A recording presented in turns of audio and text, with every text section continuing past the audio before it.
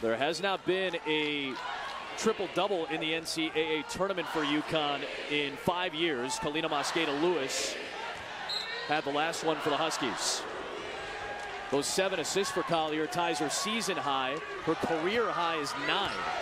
And like you said, we still have 14 minutes to play. Nice pass by Dillard to Hemphill. You saw the look away. Freezing that back line to make them think you were going to pass a different direction, and found Hemphill for the easy layup.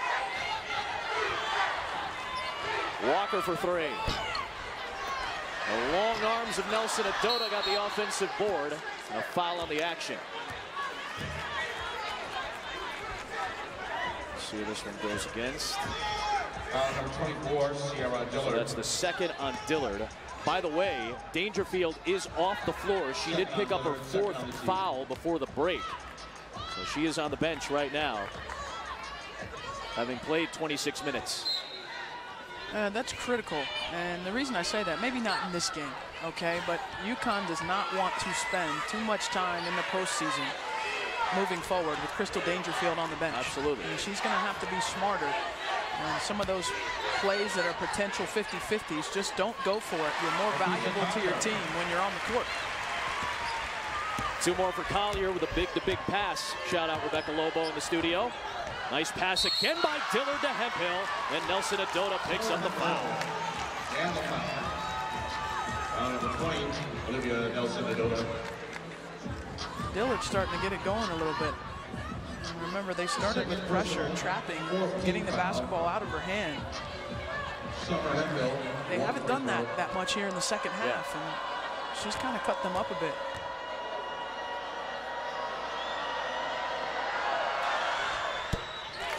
Hemphill, who had 23 and 7 in the first round. And it's Buffalo back to within 20.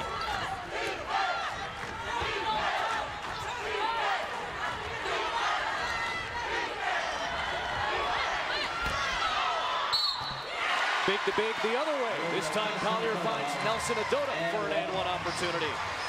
Wilkins on the foul, her 3rd. 12, Courtney Wilkins. First points for Olivia Nelson Adota here in the second round. Olivia Nelson Adota. 1 foul. Well, her length in this specific matchup gives them an advantage. Yep. Right? There's nobody on the Buffalo roster that can contend with that length. That length and potentially other matchups down the road is going to be very important. Yes. It's going to be necessary for UConn. Wilkins off target. Walker's got the rebound. It's a luxury in this matchup. Walker will draw the foul.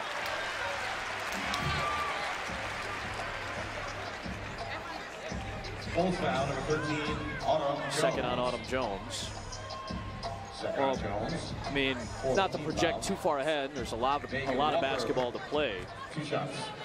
But Sam Furing has looked really healthy for Louisville in a potential Elite 8 matchup with UConn. She performed well in the Louisville win in the regular season against Connecticut. If you were to project ahead of the Final Four, you're looking at maybe 3 of the best bigs in the country if the seeds hold in Kalani Brown and Lauren Cox at Baylor and Tierra McCown at Mississippi State. Yeah, I mean, there are a lot of talented bigs. Let's not forget Notre Dame and their front line. Jessica Shepard up front, Brianna Turner. Yeah, a lot. Good size, powerful size. That is a strength of many of the championship contenders in the country, is their interior presence.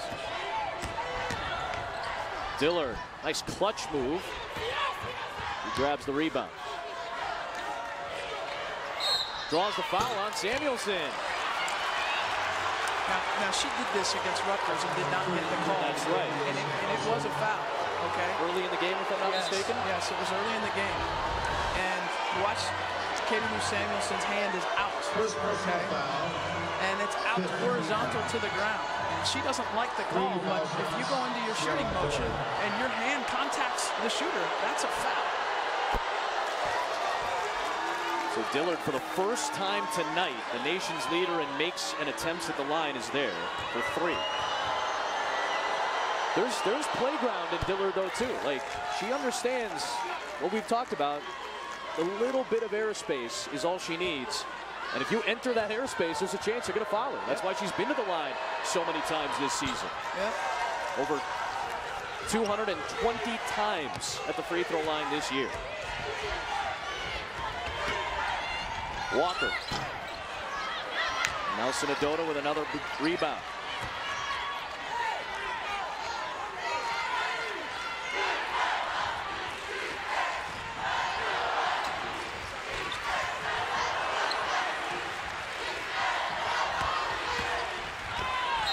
Dillard knocked it out of bounds.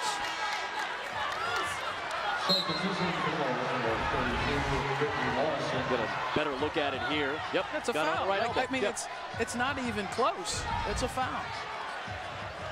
Now, I mean, I get it. If you don't like that, you got it, right? But that's a foul, right? Do you have a tendency, or do you think players have a tendency, like, you see it all the time, men's, women's, high school, college, NBA, everybody thinks their hands are up, right? Every defender wants to believe that their hands are constantly straight up in the air. And I don't think a lot of young players recognize that they're leaning a little bit. Their arms are going down. It's a hard thing to do.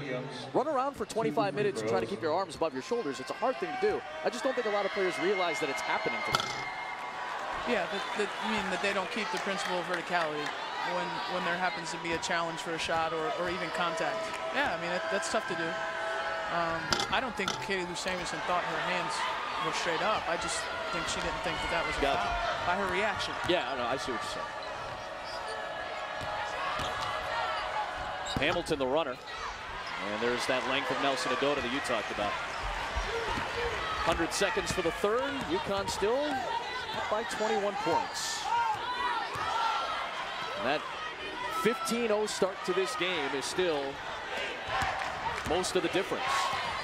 Buffalo has played relatively even ever since those first 4 minutes. A little discombobulated without Dangerfield out on the court. Yeah, UConn trying to run their offense, right? A little disjointed.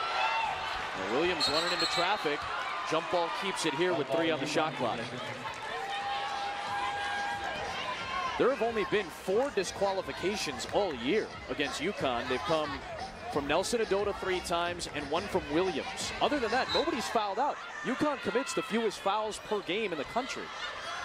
Walker beats the buzzer, can't connect.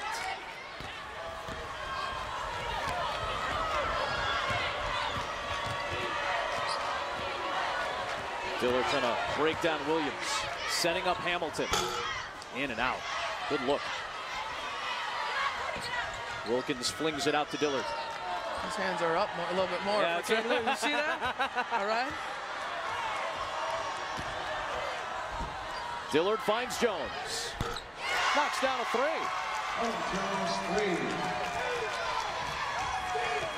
First second of the game. 4th for Buffalo. Tough shot, Williams. Collier had it stripped, and here comes Jones. Finds Dillard. And they'll hold for the final shot. And a smart play. Nice recovery from UConn in transition defense, and then smart by Dillard to hold for 1. We talked about the closer quarters for Buffalo. Let's see if they can have another shot to end it.